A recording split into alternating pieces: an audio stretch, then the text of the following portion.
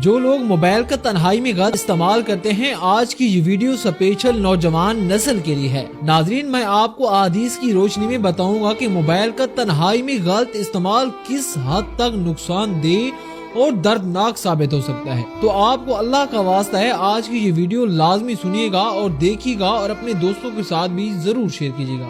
آج کل ٹیکنالوجی میں دنیا بہت آگے نکل چکی ہے۔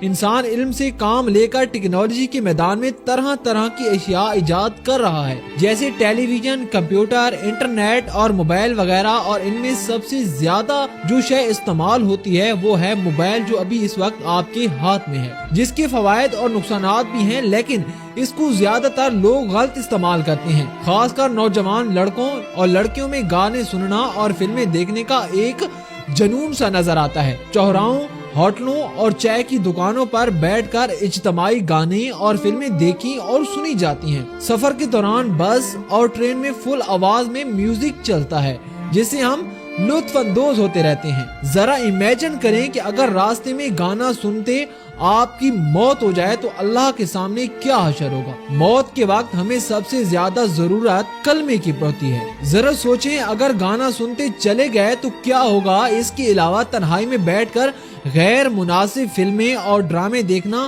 فحش تصویریں دیکھنا، یہ تو سب سے عام ہو چکا ہے، جس کی سزا اتنی بڑی ہے کہ آپ سوچ بھی نہیں سکتے۔ اس کے علاوہ نامحرم سے فون پر باتیں کرنا تو اب عام ہو چکا ہے، جو کہ زنا کے برابر ہے۔ ایک حدیث مبارک میں ہے کہ آنکھوں کا زنا شہوت کی نظر سے دیکھنا ہے، کانوں کا زنا فحش باتوں کا سننا ہے، زبان کا زنا اس طرح کی باتوں میں حصہ لینا ہے، ہاتھ کا زنا پکڑنا ہے، پیروں کا زنا اس کے لیے چل کر جانا ہے، دل کا زنا اس کی خواہشات اور تمنا کرنا۔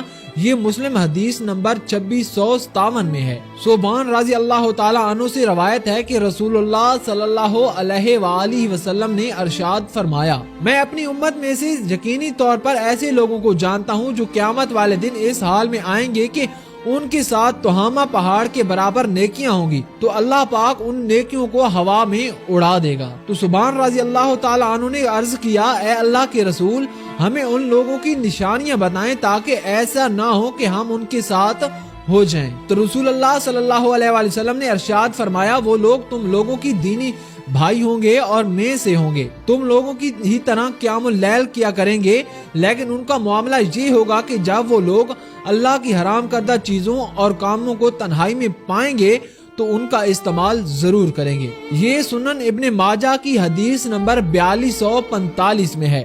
آپ ذرا سوچیں کہ ایک بندہ نمازیں بھی پڑھتا ہے، تہجد بھی پڑھتا ہے، لیکن تنہائی میں موبائل کا غلط استعمال کرتا ہے، تو اس کی پڑھی ہوئی نمازوں اور تہجد کا کوئی فائدہ نہیں، اس کے اعمال ضائع کر دیے جائیں گے، اور یہ بات حدیث سے ثابت ہے۔